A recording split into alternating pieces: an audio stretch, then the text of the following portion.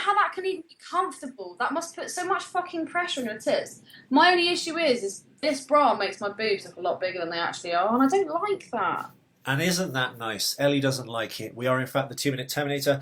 It's episode 60. I'm Ethan McKinley, and Ellie was actually finishing off a story, if you will, about her tits. A little bit like the cold opening of a James Bond film. We like to finish with the last mission before we get on with the next one. Ellie, you're on camera.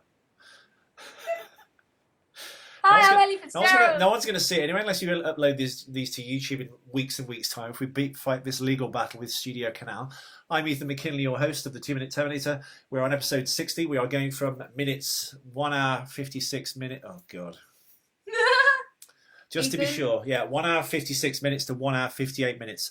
Miles Dyson is about to quit his job in style by blowing up the building he's worked in for the last 12 years.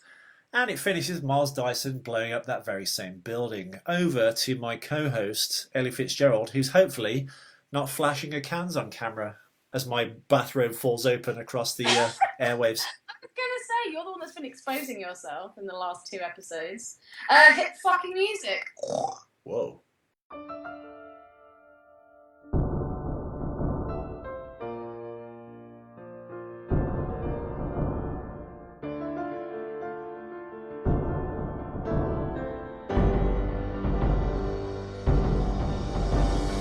Watch out for machines, they're unstoppable. Watch out for machines, they will rule the world. And we're back. Hey everyone, it's the 2-Minute Terminator. We are going from episode 60. It may not be 60 actually. I mean, it could well be. Well, it's an hour and 56 minutes to an hour and 58. Like, that much. Well, if you have listened this far, listeners, it's actually episode 59. I was wrong. I was wrong. I'm going to pick up on something that you said in the last episode, and that is... And so we should, because we've got no trivia for this episode, because we blew our wad early on this last episode and said that Dean Norris was in fact in the SWAT team leader. We'll get to him shortly. But Dean Norris from Breaking Bad, Lethal Weapon 2, you name it. Terminator 2, Total Recall, in fact, in this section of the film, not the last one. Please go, Ellie. Please furnish us with some stuff. Well, I was just going to say, I was just going to carry on from what you said in the last episode, and that is Miles Dyson. His acting is fucking impeccable. It's so good. Like, I fully believe He's dying. that he is actually dying, and he's terrified. I mean, you see, like, the lines...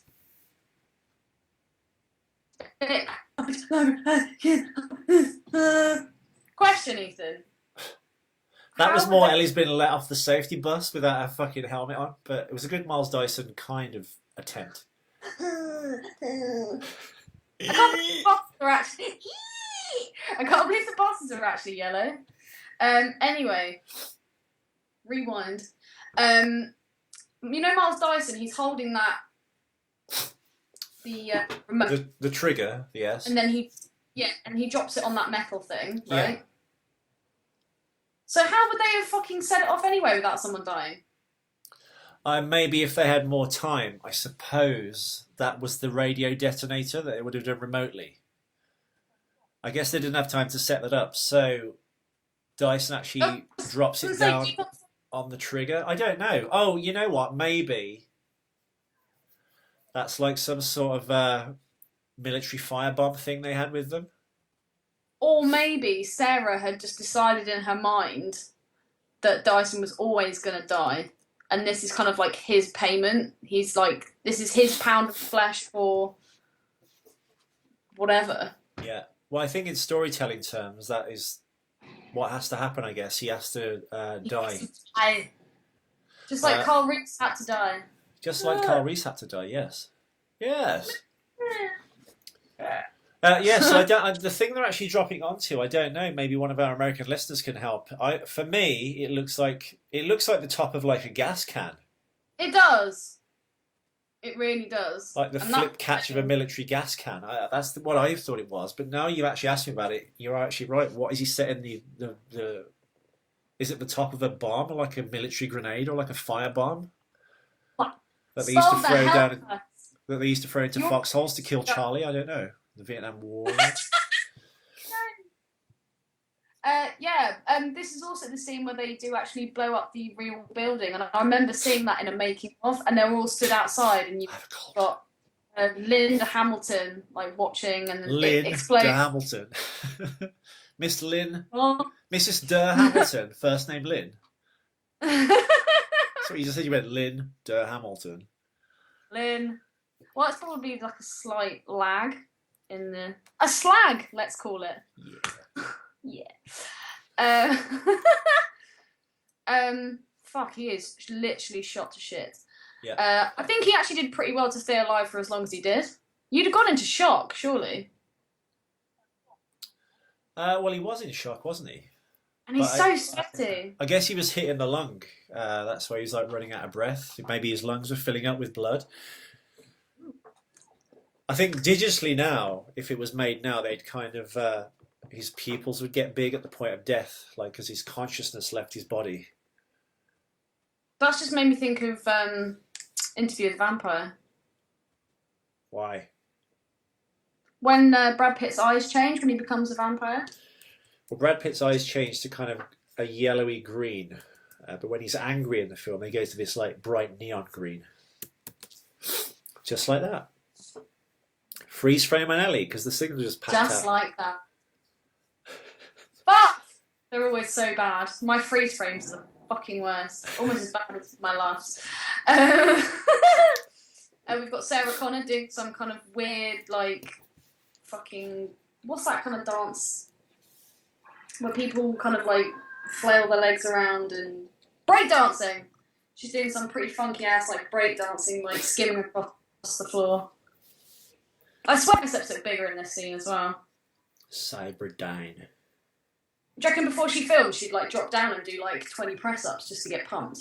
Yeah, I think so. I think a lot of actors do that before they have their big like shirt off scene. They have some like weights just off camera, so they've got like they're all like beefed up as the cameras start to roll. So yeah, I'd imagine so. But then again, she's like, I don't think her physique relies on bulk, does it? She's very like low body fat. You know, she's not like bodybuilder size, but she's very kind of like very stringy looking, a bit like the way they misanimated the Hulk in the Incredible Hulk in 2008. I've not seen it, so I'm just going to have to purely go by your description. Well, there's Ang Lee's Hulk, which is in like 2003, which is kind of like, looks a bit like Eric Bana, but the animation's not quite there. He's like a big fat Hulk. And then in 2008, when they kind of, I guess, rebooted the franchise and started off with Edward Norton, who never did a Hulk after that, sadly. Before Mark Ruffalo. Sorry, I've got a cold, listener, so if I sound a bit bunged up, I think I've been like moving lots of stuff around in this. It's not room. You angered Al Pacino and he clocked you one right in the schnoz. Well, I angered myself trying to get the Skype to work. You did get pretty irate, but fucking. Yeah, with good cars. You know when John gets upset that his mum's trapped in that room? He's like, "Oh no, there's no way out of there." Yeah.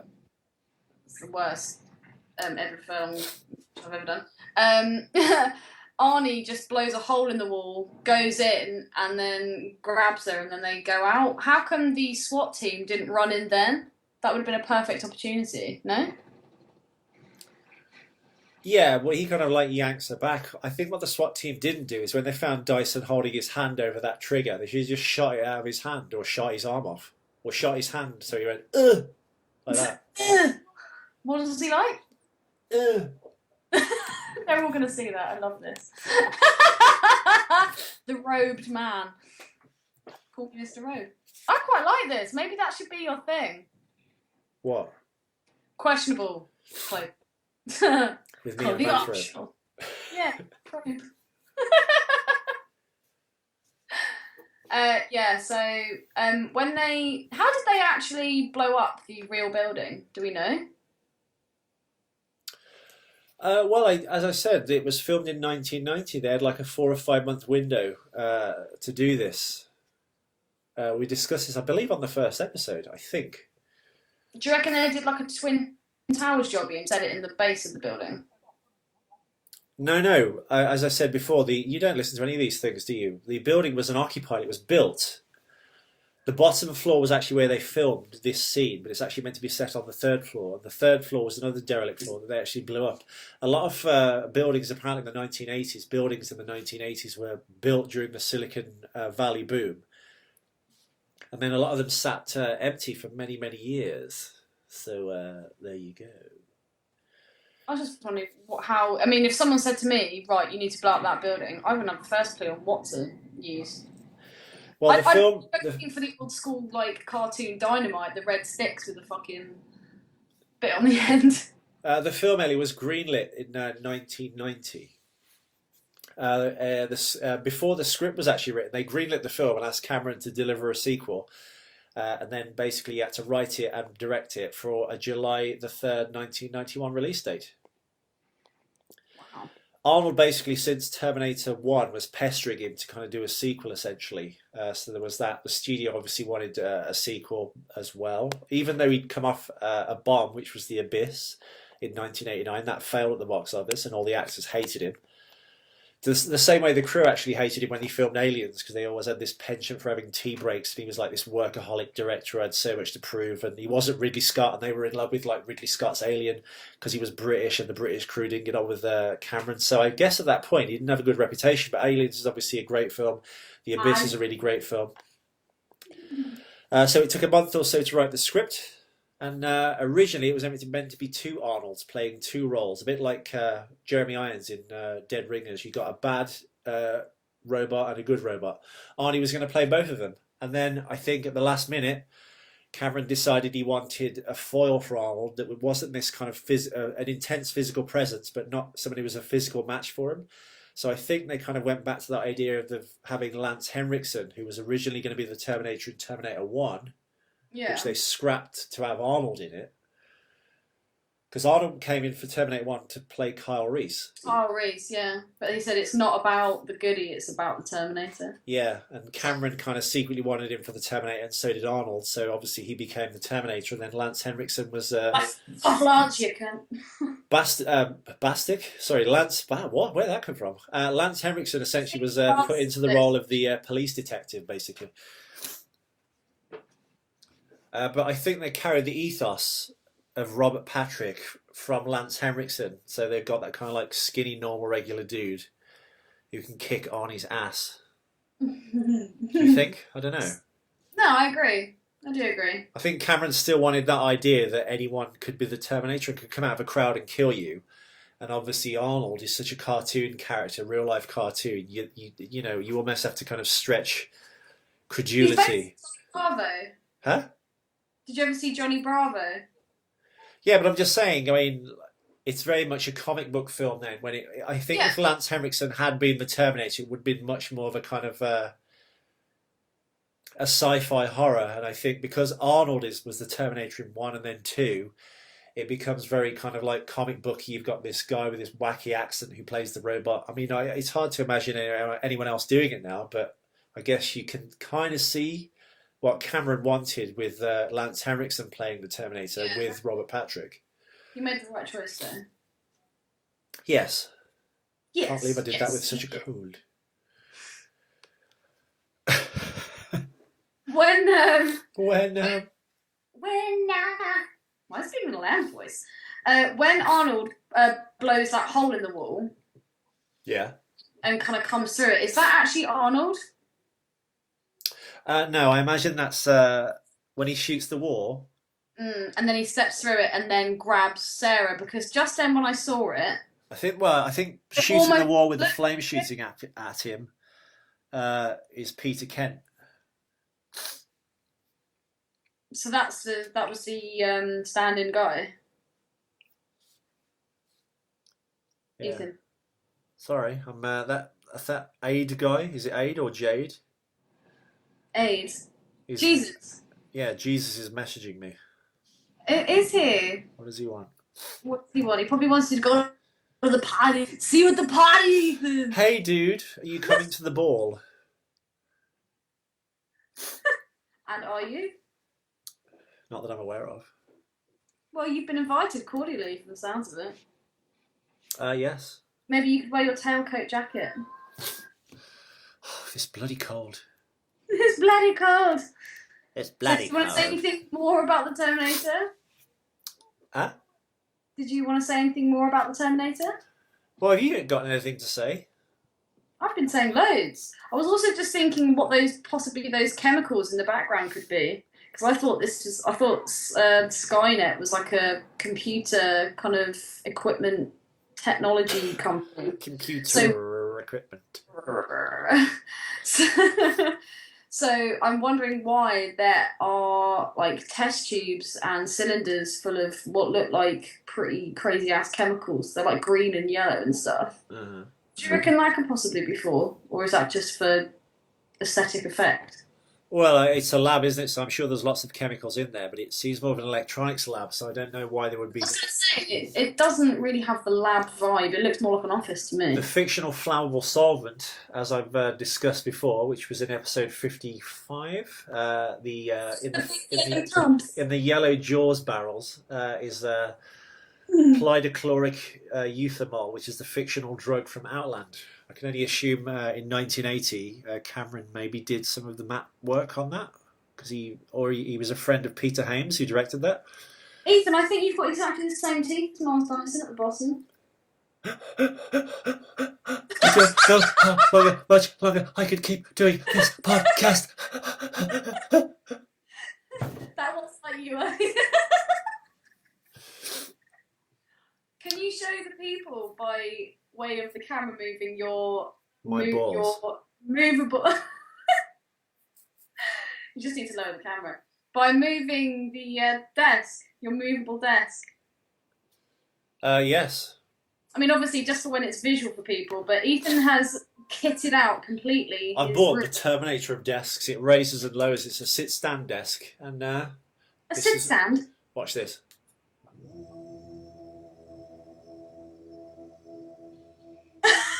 It's the sound. Bye. Oh my! I could be talking to Keanu Reeves. Or a butt plug. For those that can't see, you can actually just see the top of my head above the desk, and I've got a top knot, so it looks like a little butt plug. Let's bring Ethan back into camera again. Here we are. And that's why we love you, Ethan. Would you ever consider getting one of these, Ellie? Top knot? No, the desk. Oh. Yes, I'm very purely on the sound. I think. Well, they get one that actually whines like that, but it's not as good. No, fuck. So is it like a button, like a switch? Yeah, it's this. Hang on, let's turn it that way. That's going to be attached to the underside of the desk, though. There. Oh, okay. It's got a little pin. The pin comes out and in, so you can like lock it in position. Oh, dude, I have just because there's a pin and a little. So the legs basically are £390, and the tabletop was £50. Why were the legs so? Oh, because that's what moves. So if you want to get one, that's the price. Well, if you want a new desk, you can just get one for £60 off eBay that doesn't move unless you move it. Oh, a moving one. It looks so well. It sounds amazing. They do it in black as well.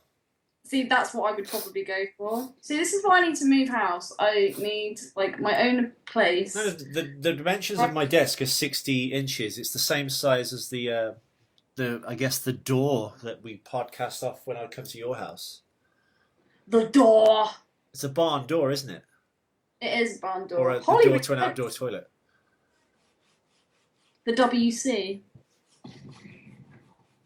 I don't know. I quite like it. It's kind of rustic, but it's not. It's not what it needs to be. It's not very sturdy. Like a corner of it ripped when we were recording a Terminator ages ago, and the arm just kind of fell down. Made a cracking sound though. Right, let's wind it up. Okay, well, it's been 20 minutes, so yes, everyone, episode 60, as I misrepresentedly told you, or I mistold you, how'd you say it? Mistakenly told you, is next episode. So this is episode 59. We've had some good times. We've seen Miles Dyson quit his job in style. Who wouldn't want to quit their job in that way? I certainly would. That would be that's kind of how I feel about leaving Friend's life, but I don't actually want to die. I'd like to blow it up though. Either blow it up or squeeze out the biggest fucking walnut whip shit I've ever mustered onto fucking Joel's desk, and then I will literally moonwalk the fuck out of there. Whoa. Yeah. That's how I feel about work. I've not heard from any listeners about the t-shirts in the last few hours, so it looks like you're going to get a 54-inch chest, guys. Deal with it! Deal with it! So I'll I think they should all cut the sleeves off, like, wear it like you do. Yeah. I reckon that Harley Davidson top will probably fit you, by the way. It's pretty big. Yeah? Yeah. Well, I'll have to see when I see you. Yeah. But you're working tomorrow, aren't you? Are we going to do a podcast, or are we going to have to put it on hold until Friday? What do you mean? Well, you're working tomorrow, aren't you? I am. So I'm assuming you're not going to want to do a podcast after work. I wouldn't be able to get to yours if I came there till midnight. Oh. So yeah, no, there'll be no podcast tomorrow, peeps. But that's why you've got 2 tonight, so maybe we can do 2 on Friday. Okay. Or maybe you can release 1 tonight and then Before you can Ellie release leaves to go to her party. I don't know where I'm going. I probably won't go. Okay. I'd go if you go. No, go to the party because then I can crash at your house and invite some bitches round. Well, you could call Amy. Or Holly. Or Holly. Other Who Amy? else? What city? No. Yes. Hi, Oh, Sean. Amy Payne. I do it with Sean before City. Sorry. Anyway, we digress. We should wrap it up. Thank you all. Thank you all for listening, listeners and viewers. The legal battle with Studio Canal continues, so there's no YouTubes yet, but you can still enjoy this show on Soundcloud and iTunes. If you have been doing that, thank you for listening.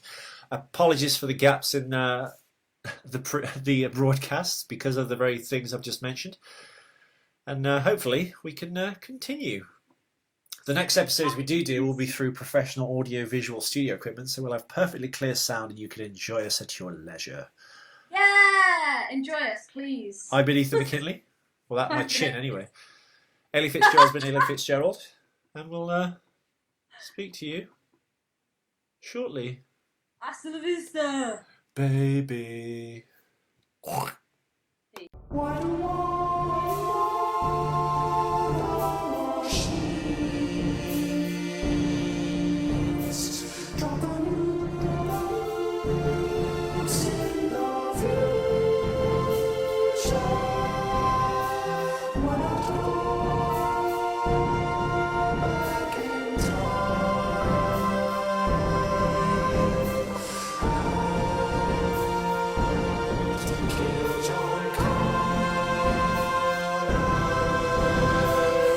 out for machines. They're unstoppable. Watch out for machines.